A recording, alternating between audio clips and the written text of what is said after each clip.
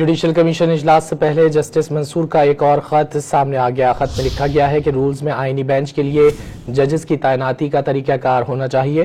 مزید جان لیتے ہیں ڈان نیوز کے نمائندے عمر مہتاب برنی سے۔ عمر، مزید کیا لکھا گیا خط میں؟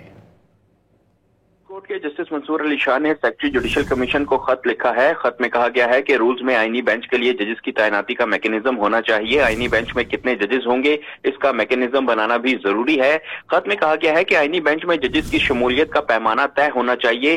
کسی جج نے آئینی تشریح والے کتنے فیصلے لکھے ہیں یہ ایک پیمانہ ہو سکتا ہے۔ کمیشن بغیر پیمانہ طے کیے سپریم کورٹ اور سندھ ہائی کورٹ میں آئینی بینچ تشکیل دے چکا۔ جسٹس منصور علی شاہ نے ججز تعیناتی سے متعلق رولز پر مجموعی رائے بھی دی۔ اس کے علاوہ ججز تعیناتی کے حوالے سے انٹیلیجنس ایجنسی سے رپورٹ لینے کی مخالفت کر دی۔ جسٹس منصور علی شاہ نے کہا کہ انٹیلیجنس ایجنسی کو کردار دیا گیا تو اس کا غلط استعمال ہو سکتا ہے۔ جوڈیشل کمیشن میں پہلے ہی اکثریت ایگزیکٹو کی ہے۔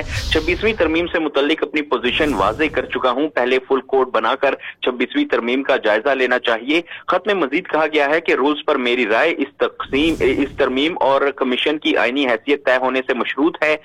جج آئین کی حفاظت اور اس کا دفاع کرنے کا حلف لیتا ہے، جس تعیناتی کے رولز بھی اس حلف کے عکاس ہونے چاہیے۔ جی بہت شکریہ عمر مہتاب برنی ان تفصیلات کے لیے۔